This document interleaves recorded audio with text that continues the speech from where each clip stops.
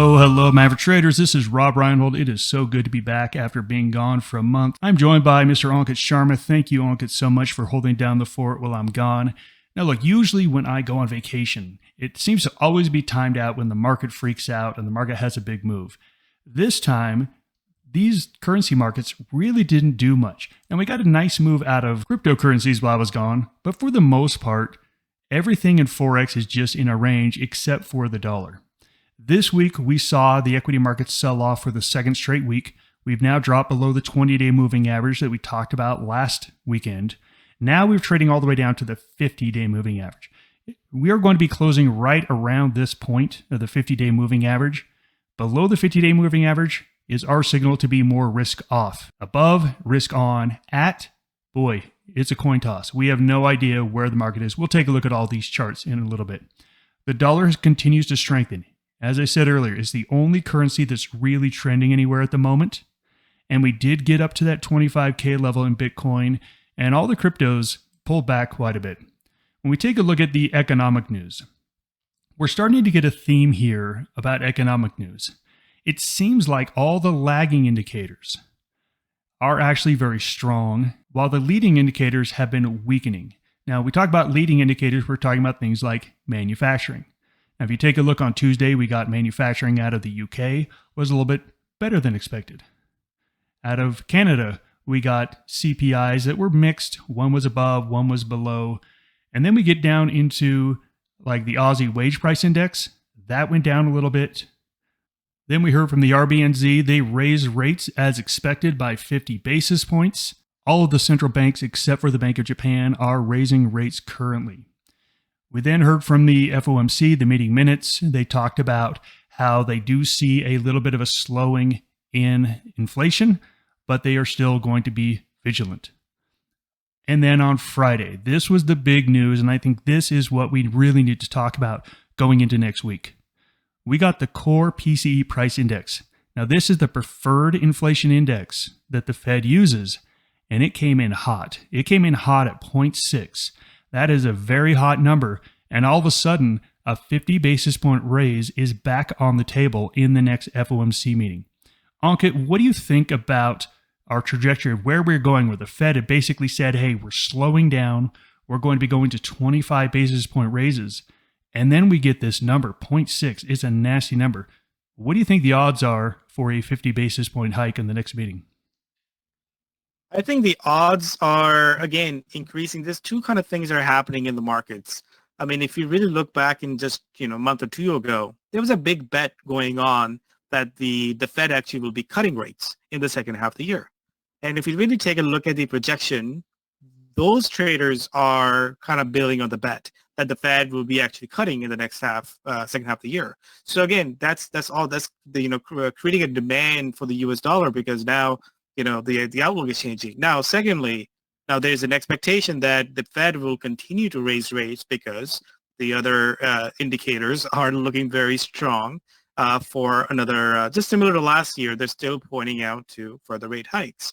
So I think that's why what's a big shift is taking place is that first we're reducing the bets for a rate cut, and instead of a hold, now we're expecting further rate hikes. So I think based on the numbers that we are seeing, and this is what we hear in the markets, it says the Fed is getting cornered out in the markets that they will have to raise rates if these numbers coming out strong. In the last 3 weeks, every inflation number has been coming hot. So this really increases the odds for Fed to be staying on the hawkish side.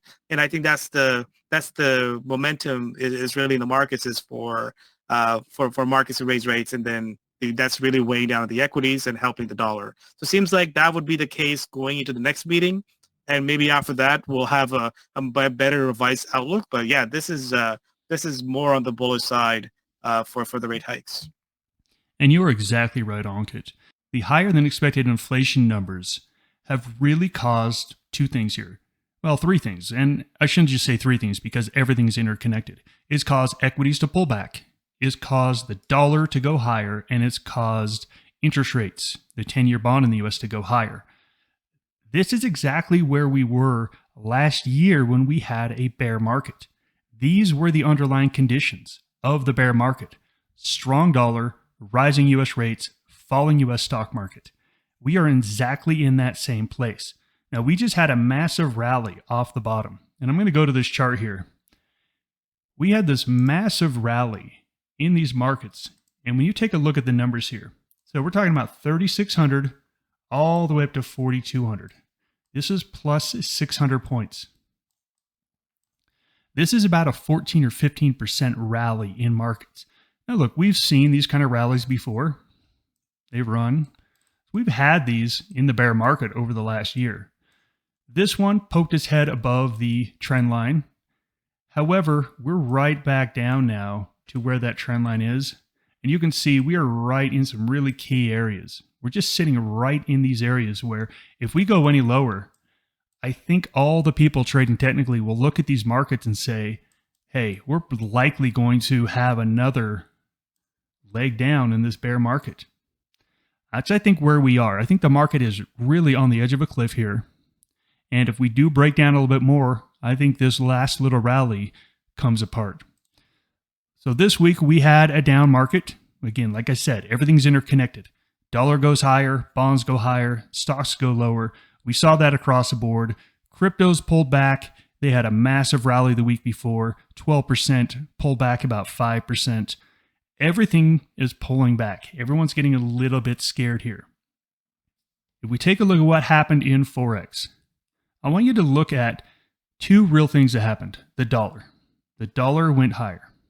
The dollar strengthened 1.5%. That's a big, big move. And the other move was the Aussie weakened quite a bit. Outside of that, take a look at how small the movements were in things like Euro, Swiss franc, pound, CAD, Kiwi. They were just going nowhere. And we're going to look at the charts, and you're going to see that all of these charts are stuck in no man's land. Cryptos had a pullback. That's it. We had a big rally over the last couple of weeks. Just a little pullback. We'll take a look at these on the chart. I wouldn't read anything too far into this. They pull back with the rest of the market. All asset classes are coming down at the moment. So when we take a look at where we are in these markets, we take a look at the S&P specifically. We are below the 20, which is a little bit bearish. We're at the 50, and the slope is basically neutral. We're at a slightly bearish bias, but we really can't get too far out over our skis because at this point, we're right there. We are in this inflection point. We're either going to bounce and everything's going to go back to being bullish, or we're going to break down, and I think we have another leg lower in equities to maybe even make lower lows than we did last fall.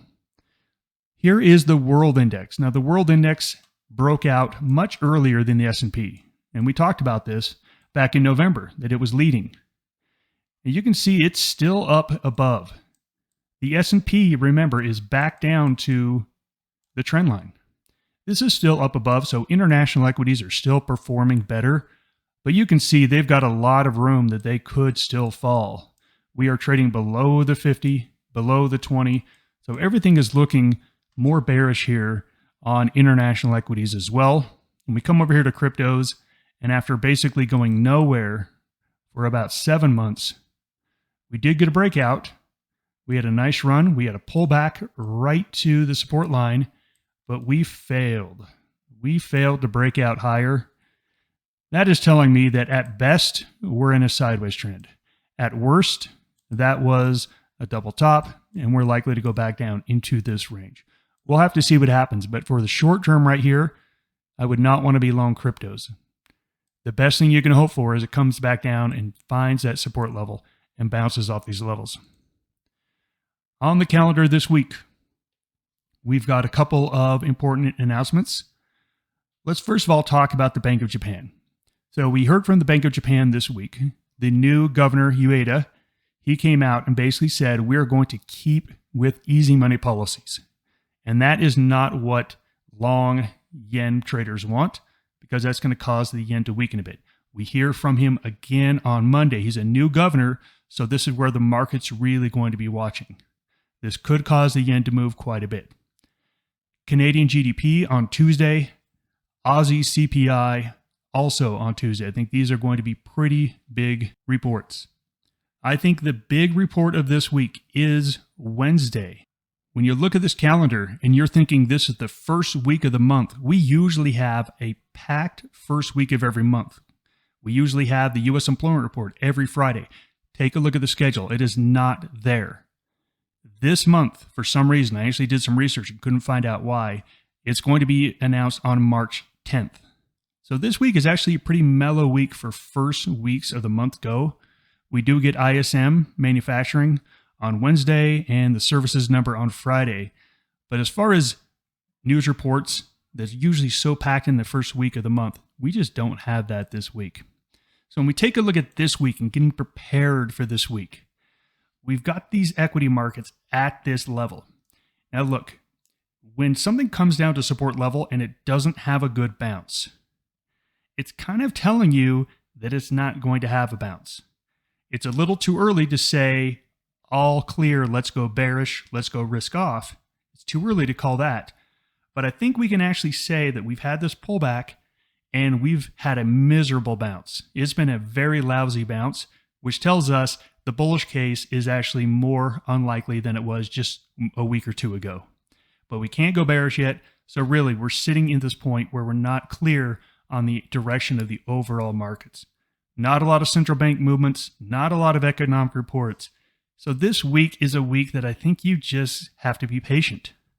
Over the last couple weeks, you shouldn't have been making a lot of trades because the market is not really giving you lots of great trading setups.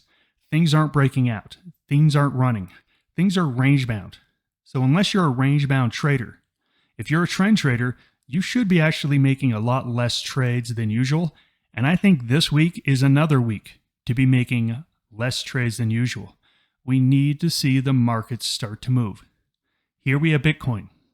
Bitcoin is definitely on the weak side on velocity right now. But if we take a look at it on the trend score, okay, it made a new high, made a new low. If we take a look at this, then we can say, okay, well, this is a possible trend zone that it's in. Okay, it might come down a little bit. I think the play for Bitcoin is, let's see what happens when it comes down to this lower trend line. And if it bounces, okay. If the rest of the markets also bounce, because again, Bitcoin is a risk-on asset. You want the equity markets to be going up when you're long Bitcoin. They are correlated. We want to see this bounce. So I think you've got to wait for a pullback on Bitcoin.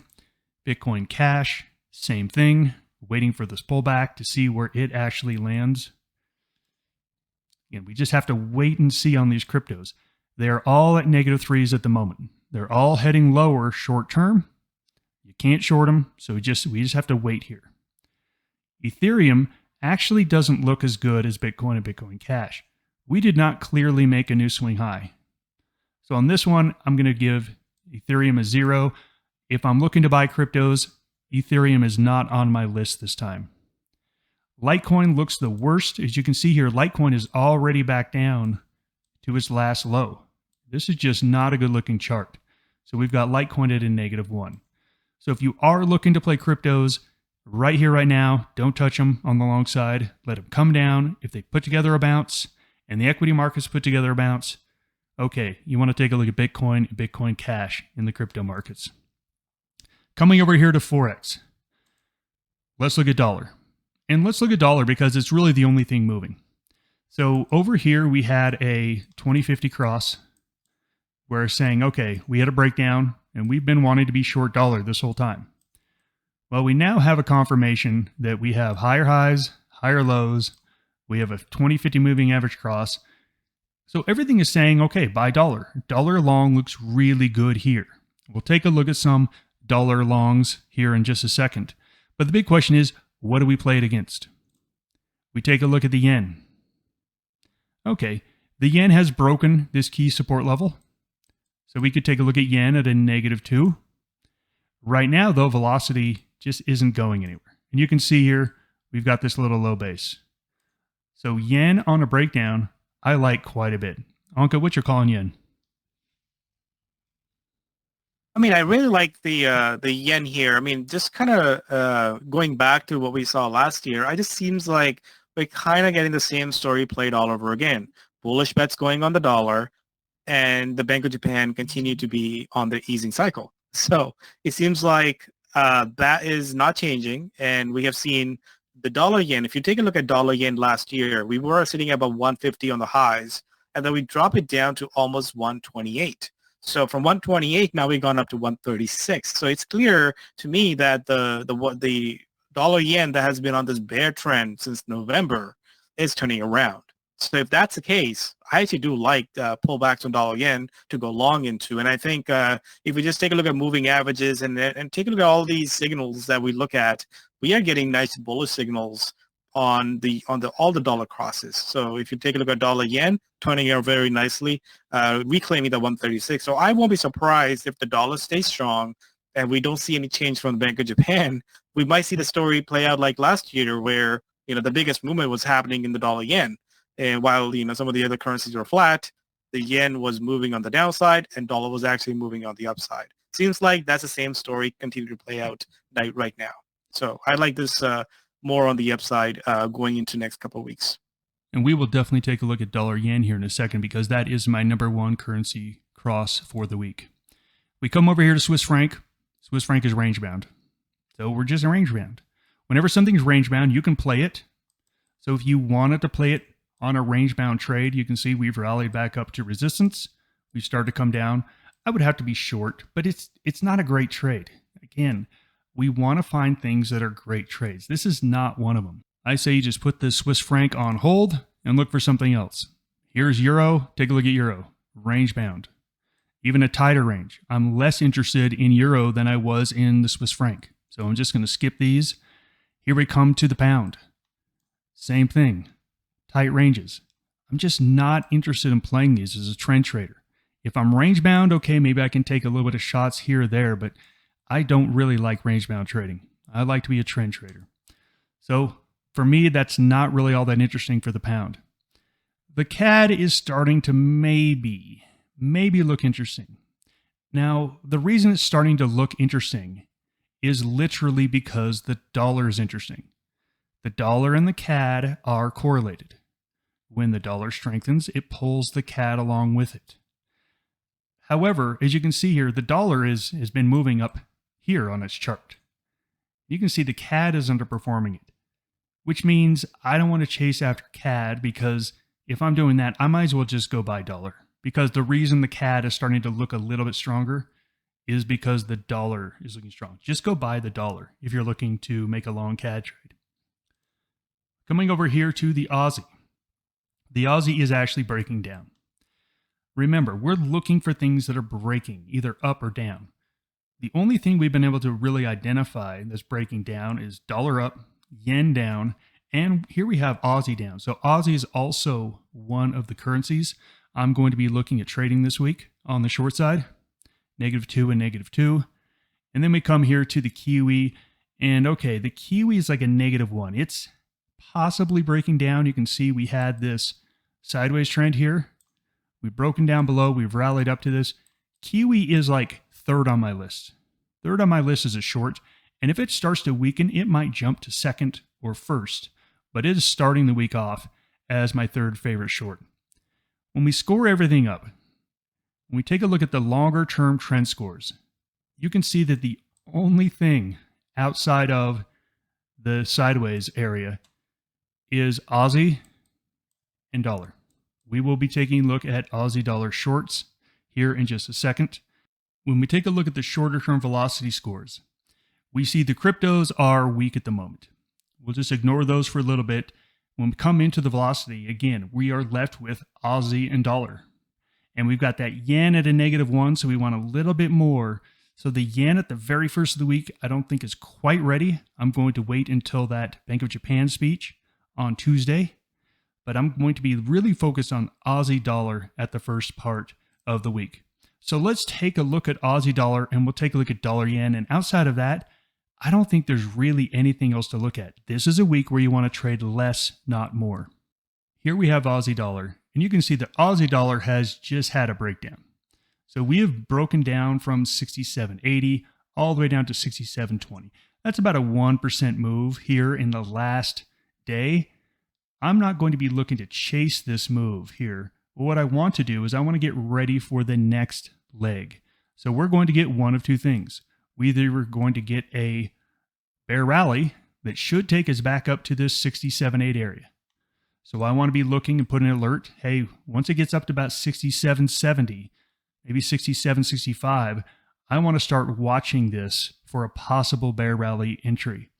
And the other entry we're going to be looking for is a low base, where it just hangs out at this level. We don't know exactly where, but maybe somewhere in this range here. So we just want to be watching here, having an alert at 67.20 for a breakdown. That would be a good entry point as well. So at the first of the week, this is the only trade I'm interested in is Aussie dollar. If the yen starts to show a little bit more weakness, I will absolutely look at dollar yen. Let's throw that up right here. Looking at dollar yen here, same thing with the Aussie. We just had a breakout. So I'm not looking to be chasing this move here. It's a big move up. I want to either let this pull back. I don't know if we're going to get a pullback all the way down here. That's a pretty significant pullback. That's 1%. But maybe we get something like a 50% retracement off of Fibonacci, somewhere around this 135.80 area. Or maybe we get more of a high base action. So I want to be looking to be long above 136.50. So again, not ready right now, but these are the currency pairs that I'm looking at. Ankit, are there any pairs that you're looking at specifically? Yeah, Rob, I think the dollar crosses are really what's moving, and it doesn't matter which cross you look at. I mean, if you take a look at euro dollar, moving very nicely, even though it's euro as a basket is sitting at the top end of that range. So I still like these pairings, especially when I see a range-bound currency hitting a support or a resistance level. So for example, euro is strong today, but let's say the next week the dollar stays strong, but then euro is weakening. I really like this pairing as well. There's definitely a lot more room for these dollar crosses to kind of reclaim. And if you look at the price action, maybe the shorter term, the velocity is kind of flatlining a little bit here. But if you take a look at across the board, seems like any dollar crosses are having some very decent moves here. So it's not a bad idea to maybe spread out the risk. But if you take a look at dollar Swiss franc, I mean, beautiful pattern here. Even Rob, if you want to take a look at the daily chart, I love the fact that things are moving out from these ranges. I mean, take a look at the level here. It's just reclaiming that 94 area that I've been watching. And I mean, the question is that this is where we start to go a little bit parabolic. Should we kick in the acceleration for the dollar pairs? I mean, right now, everything is kind of going for it. So here's a trade I like. I love pullbacks in any of the dollar crosses to buy into. That's the trade that I've been talking about for the last 3 weeks and been working out really well. Is any sort of pullbacks that we see in the dollar has been turning out to be really good opportunities. So dollar ones, I would say take a look at across the board. But outside of that, I think we do want to notice that the relative weakness in Aussie is starting to come up. And that has a lot to do with dollar strength and the weakness that we're seeing in the metals, which is really having a direct impact on the Aussie. So if you take a look at Aussie Kiwi, I think this is a good time to take a look at that pair because for the last 2 or 3 months, I mean, we have seen Aussie done really well against the Kiwi. So now that trade seems to be kind of reversing here. So this is, again, the reason why I like Aussie short more than I do like the Kiwi because of that change of that trend.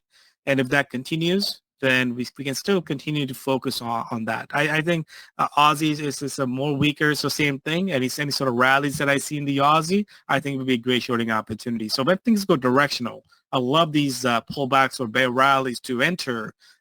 If you don't feel comfortable to buy the breakout, then look for those rallies or pullbacks to buy into. So that would be still the game plan. I think next week as we go, we still need to focus on the exact same thing.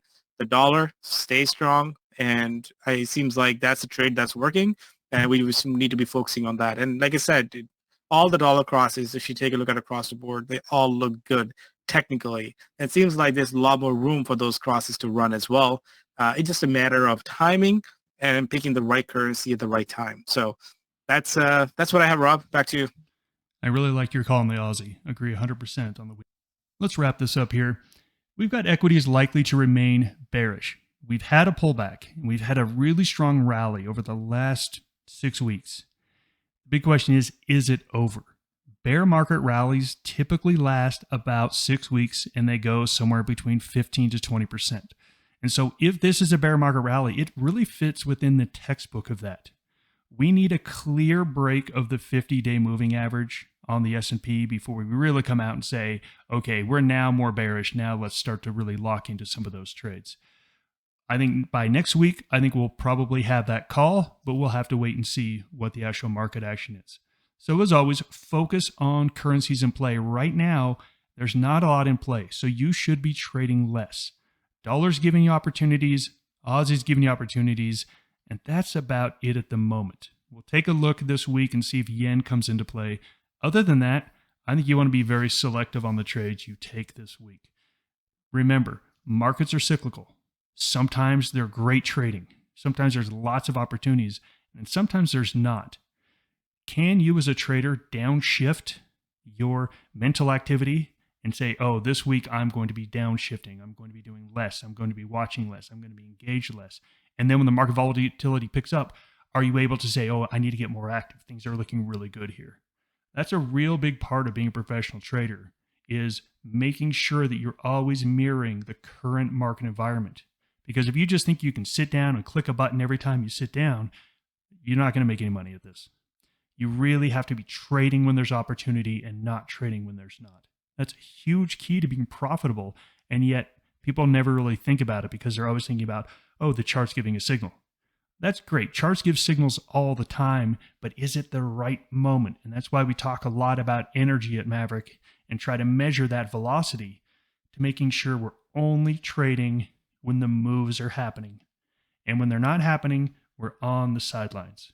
So this is a week I think you want to be more on the sidelines. There's going to be some opportunities, but not like there were 2 months ago when things were just going great. You really have to match and mirror the current market situation when you're a trader. Well, that wraps it up. Thank you very much, Ankit. Thank you. Nice to see you again. Everyone have a great weekend. Goodbye, everyone.